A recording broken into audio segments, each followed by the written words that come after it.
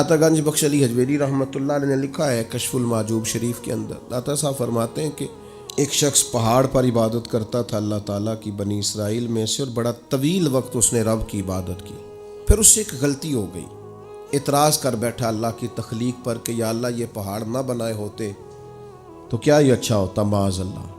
وہ بے نیاز ہے، ناراض ہو گیا، اپنے اس وقت کے پیغمبر علیہ السلام کو وحی فرمائی کہ اس سے جا کے کہو تو میری تخلیق پہ اعتراض کرتا ہے، تیرا نام نیکوں کی صف سے کاٹ دیا ہے، نافرمانوں کی صف میں لکھ دیا۔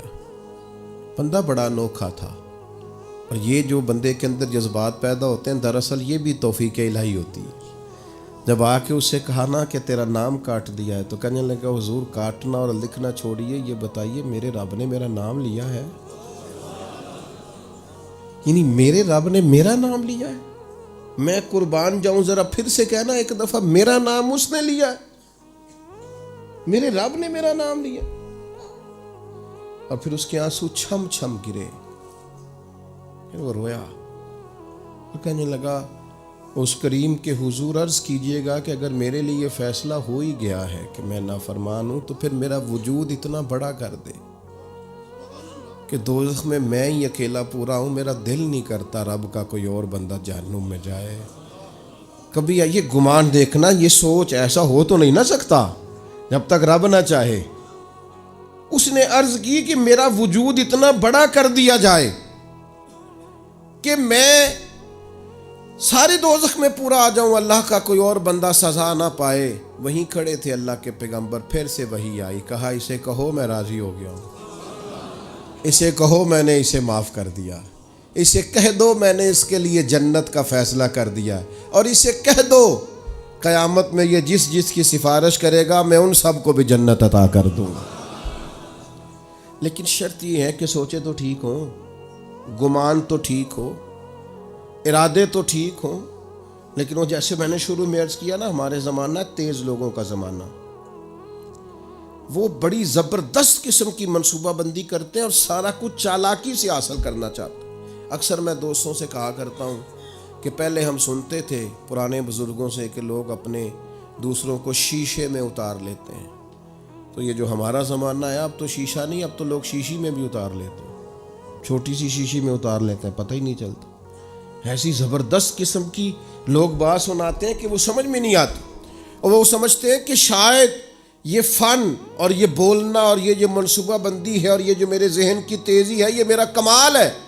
یہ تو اللہ کا انعام تھا، تو نے مثبت چیز کو منفی جگہ پہ استعمال کر کے ناشکری کی رب کی، یہ تیرے اوپر اللہ کا خاص انعام تھا، لیکن تو سمجھا ہی نہیں، تو نے غلط رنگ اختیار کیا۔ میرے عزیز یاد رکھیے گا، اچھے گمان سے اللہ راضی ہوتا ہے۔ اور پھر ساتویں بات، بعض دن اللہ نے ایسے رکھے ہیں، وہ کہتا چل تو فلاں دن آ جانا، ہم بھی کہتے ہیں نا فلاں دن آ جانا ملاقات ہو جائے گی، فلاں دن میں فارغ ہوں تو میں آپ سے ملنے آ جاؤں گا۔ کچھ دن ہوتے ہیں نا خاص، اور کچھ بڑے بڑے تاجر بھی بعض اوقات کچھ آفریں بھی دیتے ہیں، وہ کہتے ہیں جناب آپ یہ والا کام کریں تو ہماری طرف سے پھر یہ آفر ہے، چلو ایسے کر لیں تو ایسے ہو جائے گا۔ یہ جو لوگ زیادہ ٹریول کرتے ہیں نا، میری طرح کے ہمیشہ کے مسافر، ان کو تو ایئر لائنیں بھی جہاز بھی کہتے ہیں کہ جناب آپ اس طرح کریں، ہمارے ساتھ آپ یہ کر لیں، ہمارا کارڈ لے لیں، اسی فلائٹ میں سفر کریں، اتنا ڈسکاؤنٹ ہو جائے گا۔ وہ آہستہ آہستہ چیزیں اور رنگ اختیار کرنے لگتی ہیں، بلا مثال و ملا تشبیہ کائنات کا رب بھی بڑا ہی فضل کرتا ہے۔ فرماتا ہے جو جمعے کا دن ہے نا، جمعے کا یہ سید الایام ہے۔ حضور سید عالم صلی اللہ تعالیٰ علیہ وسلم نے فرمایا جو جمعے کے روز درود پڑھتے ہیں فرشتے مجھ پر فوراً پہنچا دیتے ہیں۔ یہ خاص دن ہے، اس دن کا ذکر قرآن مجید نے نام لے کے بیان فرمایا، سید الایام ہے۔ پھر میرے بھائی کچھ مخصوص ایام اللہ نے اپنے فضل سے رحمت کرنے کے لیے بنائے، جن میں سے ایک وقت سحری کا وقت ہے، تہجد کا وقت۔ وہ جس ٹائم آج کا لوگ موبائل بند کر کے سوتے نہیں، وہ اٹھنے کا ٹائم ہے دراصل، وہ ٹائم جو جاگنے کا ہے، اس ٹائم لوگ سو رہے ہوتے ہیں۔ اللہ کے حبیب علیہ السلام نے فرمایا جب سحری کا وقت ہوتا ہے تو اللہ تعالیٰ پہلے آسمان پر نزول جلال فرماتا ہے جو اس کی شان کے لائق ہے، سحری کے وقت یعنی پچھلی راتی رحمت رب دی کرے بلند آوازہ. اللہ تعالیٰ پہلے آسمان پر نزول جلال فرماتا ہے اور کریم رب فرماتا ہے کوئی رزق مانگنے والا اسے عطا کروں, ہے کوئی بخشش مانگنے والا اسے عطا کروں, ہے کوئی میری بارگاہ سے جنت کا سوالی میں اسے عطا کروں. اچھا عجیب بات ہے, جب گیٹ کھلنے کا وقت آیا تو لوگ دروازہ چھوڑ کے چلے گئے, حالانکہ جب عطا کرنے کا ٹائم ہے تو آپ سو گئے. جاگنے کا وقت آیا تو آپ کی آنکھ لگ گئی. یہ غافلانہ مزاج ہے. نبی پاک علیہ السلام نا نفلوں کے لیے سختی نہیں فرماتے تھے, سختی فرائض کے لیے ہوتی ہے, واجبات کے لیے ہوتی ہے. لیکن حضرت فاطمہ رضی اللہ تعالیٰ عنہ بیان فرماتی ہیں سحری کا وقت آتا تو حضور میرے حجرے میں آتے, آواز دیتے اور کئی دفعہ مجھے ہلاتے, کہتے بیٹا اٹھو, یہ سحری کا وقت ہے, یہ رب سے رحمت مانگنے کا ٹائم. میں کیسے آپ کی خدمت میں عرض کروں, اب تو صبح جلدی اٹھنا یہ غریب ہونے کی علامت ہے. اٹھو, کبھی غور کرو, دیکھو کہ کچھ ایسے بھی رب کے عاجز بندے ہیں جو فجر کی نماز بھی جا کے اس منڈی میں پڑھتے ہیں جہاں سے انہیں امید ہے کہ میرا رب اس کے وسیلے سے رزق عطا کرے گا. سویرے اٹھتے ہیں, اٹھا جا سکتا ہے, یہ ہوتا ہے. تو سحری کا وقت ایک ایسا وقت ہے جس میں اللہ راضی ہوتا ہے. کیا کریں, کس طرح قوم کو سمجھائیں, کیا رویہ اختیار کریں. میں کبھی کبھی دوستوں سے کہتا ہوں میرا دل نہیں کرتا بعض باتیں کرنے کو, محسوس ہوتا ہے کہ یار یہ تو زیادہ ہی آگے چلے گئے. لیکن کبھی کبھی مجھے فیل ہوتا ہے کہ ابھی تک ہماری قوم اس بات پر بھی تیار نہیں ہو سکی کہ کھانا کھانے سے پہلے بسم اللہ شریف پڑھنے کی عادت بنائی جائے. مجھ سے ناراض نہ ہونا, آپ پڑھتے ہوں گے, لیکن میں اپنا نظریہ عرض کر رہا ہوں کہ اب اس کے لیے کوئی پی ایچ ڈی کرنے کی ضرورت ہے. یہ کوئی مسئلہ ایسا ہے کہ جس کے لیے فقہ کی 4 کتابیں پڑھیں گے تو سمجھ میں آئے گا کہ کھانا کھانے سے پہلے بسم اللہ. تو جو قوم یعنی بالکل بنیادی اور ضروری بات ہے کہ آپ کھانے سے پہلے بسم اللہ پڑھ لیں, اور میرا خیال ہے یہ بچے کو ویسے ہی آتی ہے. ہو سکتا ہے جس کو با کی پہچان نہ ہو, سین کی پہچان نہ ہو, میم کی پہچان نہ ہو, الف کی اور لام کی پہچان نہ ہو, ہا کی پہچان نہ ہو, اسے ویسے ہی آتی ہو, زبانی یاد ہو گئی ہو. لیکن عادت کس نے بنانی ہے, مزاج کس نے بنانا. بالکل بنیادی باتیں بھی اگر ہم ان پر غور نہیں کریں گے تو پھر میرے بھائی بڑے بڑے فلسفوں کا اور بڑی بڑی باتوں کا پیچھے کیا رہ جائے گا. تو سحری میں اٹھنا, فجر میں اٹھنا, نماز کا پابند ہونا, بہت پیچھے رہ گئے وہ والدین. سننا مجھ سے اور مجھ سے ناراض نہ ہونا جس نے اپنے بچے کو ایم فل تک پڑھا لیا ہے اور ایم ایس سی تک کرا لیا ہے, پر وہ بڑا پیچھے رہ گیا ہے. اس نے سارا کچھ تو کرایا ہے پر اپنے بچے کو سجدے کا طریقہ نہیں بتایا, نمازی نہیں بنا سکا, عبادت گزار نہیں بنا سکا, صبح اٹھنے کا سلیقہ نہیں بتا سکا, پیچھے رہ گیا, نقصان میں رہ گیا, کمزور رہ گیا. حضور سید عالم صلی اللہ تعالیٰ علیہ وسلم نے ایک مثال دے کے بات کو سمجھایا. یہ مشکات شریف میں بھی موجود ہے اور دیگر کتب احادیث میں بھی. حضور فرماتے ہیں کہ اللہ نے اپنی رحمت کے 100 حصے کیے, ایک حصہ اللہ نے دنیا پہ نازل فرمایا اس ایک حصے کی برکت سے ماں بچوں سے پیار کرتی, باپ بچوں پر شفقت کرتا ہے, لوگ غربا سے محبت کرتے ہیں. ایک حصہ رحمت دنیا میں نہ. اگلے لفظ سنیں گے تو آپ خوش ہو جائیں گے. حضور فرماتے رب نے 99 حصے رحمت کے محفوظ کیے ہیں, قیامت کے دن اپنے بندوں پر فرمائے گا. ایک حصہ دنیا میں نازل کیا جس کے سبب سے یہ جتنا کرم ہے, فضل ہے, رحمت ہے, ایک دوسرے کے بارے میں محبت کے جذبات ہیں, یہ ایک حصہ ایک کرم کے سبب سے. درندے بھی اپنے بچوں سے پیار کرتے ہیں, اور دیکھیے کچھ جگہوں پہ ایسا نہیں ہے. مثلا ناگن اپنے بچوں کو کھا جاتی ہے, مچھلی اپنے بچوں کو پہچانتی بھی نہیں. تو یہ جو بعض جگہوں پہ ایسا سلسلہ رکھا گیا ہے, یہ باقی جگہوں پہ جو رحمت ہے اس کی نشاندہی ہو جائے اس کے لیے رکھا گیا کہ تمہیں اندازہ ہو جائے کہیں یہ معاملہ نہیں بھی ہے, اور جہاں ہے وہاں اللہ کا فضل ہے تو ہے.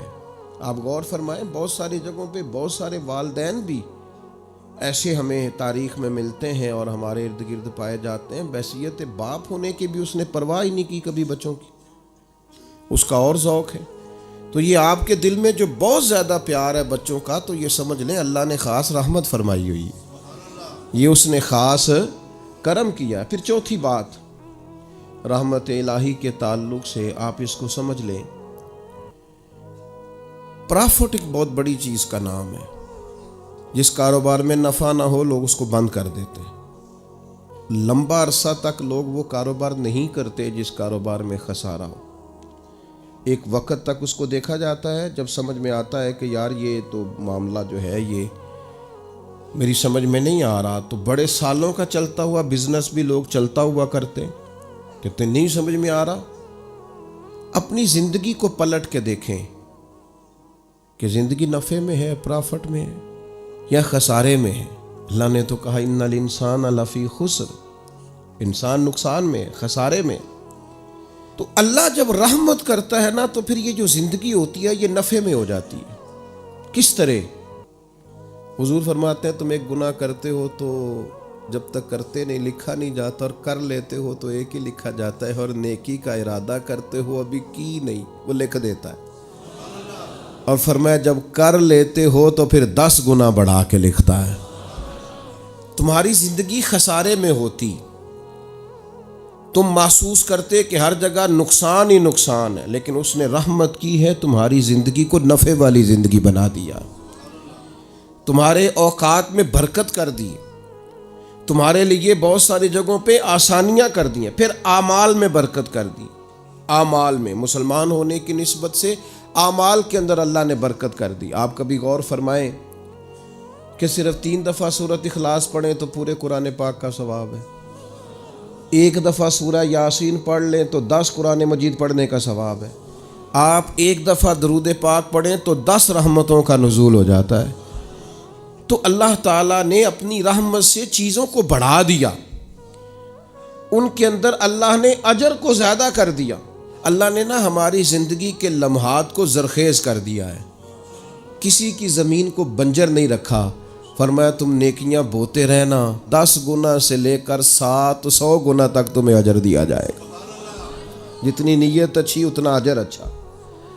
پھر ایک 5ویں بات جو اس تعلق سے بڑی سمجھنے والی ہے اور قابل غور ہے، وہ یہ ہے کہ اللہ تبارک و تعالیٰ نے ایک اور انعام بھی فرمایا، ایک اور کرم بھی اپنے بندوں پہ کیا ہے کہ بعض چھوٹی چھوٹی نیکیوں سے اللہ راضی ہو جاتا ہے۔ بندوں کو منانا خاصا مشکل کام ہے، کافی سارا پروٹوکول دینا پڑتا ہے اور ساری زندگی دینا پڑتا ہے۔ آپ نے 99 دفعہ بات مانی، 1 دفعہ نہیں مانی تو سامنے والا ناراض ہے۔ ساری زندگی آپ کام آئے، 1 دفعہ معذرت کی تو بگڑ جاتا ہے، وہ کہتا ہے تو نے تو کبھی توجہ ہی نہیں کی، غور ہی نہیں کیا، وہ 90 چکر میں پڑ جاتا ہے۔ آپ کس حد تک جائیں گے؟ اور آپ یقین کریں کہ ذرا اگر آپ نے کسی شخص کو تنبیہ کر دی، آپ کی رائے اس کی رائے سے ٹکرا گئی، وہ جو کہہ رہا تھا آپ نے ہاں میں ہاں نہیں ملائی، آپ نے کہا نہیں میں یہ ٹھیک سمجھتا ہوں، بگڑ جائے گا۔ آپ محسوس کریں گے کہ لوگ صرف اس حال میں راضی ہیں کہ جس طرح کا وہ چاہتے ہیں آپ اس طرح کا بن جائیں، اور یہ ممکن نہیں ہوتا، یہ خاصا مشکل کام ہوتا ہے، لیکن وہ رب بڑا کریم ہے۔ ساری زندگی گناہوں میں گزارنے والی بی بی اور لتھڑی ہوئی اور آلودہ زندگی گزارنے والی اگر کوئی طوائف صرف ایک کتے کو چند قطرے پانی کے پلا دے تو مہربانی کر کے سارے گناہ معاف فرما دیتا ہے۔ یہ چھوٹے چھوٹے اعمال سے راضی ہو جاتا ہے۔ اس لیے نبی پاک علیہ السلام نے تاکید فرمایا تم نے نیکی کو چھوٹا نہیں سمجھنا، پتہ نہیں وہ کس بات سے گویا راضی ہو جائے۔ جو بھی خیر تمہارے ہاتھ آئے اس کو کر گزرو، جس حد تک ممکن ہو تم نیکی کرو، نہ جانے وہ کس بات سے راضی ہے۔ ابن ماجہ میں حدیث ہے، دیگر کتب احادیث میں موجود ہے، قیامت کے دن ایک اللہ کا نیک بندہ جنت میں جا رہا ہوگا تو رستے میں اسے کو روک کے کہے گا حضرت یاد ہے میں نے پانی پلایا تھا آپ کو، وہ یاد ہے نا میں نے وضو کرایا تھا، یا یاد ہے نا میں نے فلاں جگہ پہ فلاں آپ کی خدمت کی تھی۔ تو اللہ کے حبیب علیہ السلام نے ارشاد فرمایا اس ایک عمل کی وجہ سے اور اس نیک آدمی کی سفارش کی وجہ سے اللہ اس گناہگار کو بھی جنت عطا فرما دے گا. لیکن شرط یہ ہے کہ نیکی کرتا رہے آدمی. دیکھیں نا اللہ کی رحمت بہانہ تلاش کرتی ہے، قیمت نہیں مانگتی، بہانہ تلاش کرتی ہے. تو کوئی بہانہ بنانا چاہیے. دل ساڈا ہوندا ہے بہانہ بن جائے، بہانہ انج دا بنے کہ کچھ جیک لگے راتوں رات امیر ہوندا. شریعت بھی قائل ہے، پر شریعت کہتی ہے اس طرح کا رویہ کر کے کوئی بخشش کا بہانہ بن جائے، کوئی اس کی رحمت کا بہانہ بن جائے، کوئی ایسا سلسلہ بن جائے جس سے اللہ راضی ہو جائے، کوئی ایک ایسا کام کرے جس سے وہ کریم مہربانی کرے. تو میرے بھائی ہر نیکی کے حصول کی کوشش کی جائے. چھوٹی سے چھوٹی نیکیوں کو بھی کبھی چھوٹا سمجھ کے چھوڑا نہ جائے. یہ چیزیں اللہ کی رحمت کا بہانہ بن. چھٹی بات، بعض اوقات انسان کی صرف سوچیں ہی اس کی رحمت کا بہانہ بن جاتی ہیں. لوگ اچھا بھی تو نہیں نہ سوچتے، گمان کا بھی تو بڑا مسئلہ ہے نا. لوگ سوچتے بھی بڑا خطرناک ہے. جو سوچیں ہیں نا، اسلام کے اندر باقاعدہ گمان پر پابندی لگائی گئی ہے کہ اجتنبوا کثیرا من الظن ان بعض الظن اثم. تم نے بری سوچ سے، برے گمان سے بچنا ہے. بعض گمان بھی گناہ ہے. سوچوں کو لوگ پابند نہیں کرتے، جو طبیعت میں آتا ہے سوچتے ہیں، اور کوئی ثبوت نہیں ہوتا، کوئی دلیل نہیں ہوتی، ان کے پاس کوئی مضبوط بات نہیں ہوتی، بلا وجہ منفی سوچتے اور نیرا سوچتے نہیں. خالی گمان کو ہی وہ اپنا نظریہ بنا لیتے ہیں. عمر بھر ذہن بن جاتا ہے کہ ایسا ہی ہے. خالی گمان، کوئی دلیل نہیں، کوئی وجہ نہیں. یعنی ابا جی جو ہیں وہ مجھ سے انفرادی سلوک کرتے ہیں، باقی بھائیوں کے ساتھ ان کا سلوک بڑا اچھا ہے. یہ بس ایک دفعہ سوچ لیا، پھر اس کو طے کر لیے، اور دلیل کوئی نہیں. یعنی والد صاحب نے جس اسکول میں بھائیوں کو داخل کرایا اس کو بھی اسی اسکول میں ہی ہے. انہوں نے جس جگہ جس مکان میں رکھا باقیوں کو ہے، اس کو بھی وہیں رکھا ہے. انہوں نے سارے رویے مشترکہ رکھے، لیکن اس کا ذہن بن گیا ہے کہ میرے ساتھ وہ والا پیار نہیں جو باقیوں کے ساتھ ہے، اور پھر اس کو طے کر لیا اور عمر گزار دی اسی بات پر. تو گمان کو ٹھیک رکھنا، سوچوں کو ٹھیک رکھنا، نظریات کو پاکیزہ رکھنا. ہمارا جو گمان ہے نا وہ سیٹ نہیں ہوتا. ہمارے ملک میں ایک نا سلسلہ چلتا ہے بدگمانی کا، بے یقینی کا، ٹوٹتی سوچوں کا، بکھرتے خیالات کا. وہ کہہ کے نا کہ ساری دنیا گڑبڑ ہو گئی، تو محسوس ہوتا ہے کوئی بندہ اچھا بچا ہی نہیں. اور نتیجہ یہ نکلتا ہے کہ سوچیں ٹھیک نہیں ہوتی. سوچیں ٹھیک ہو جائیں نا، کبھی سوچیں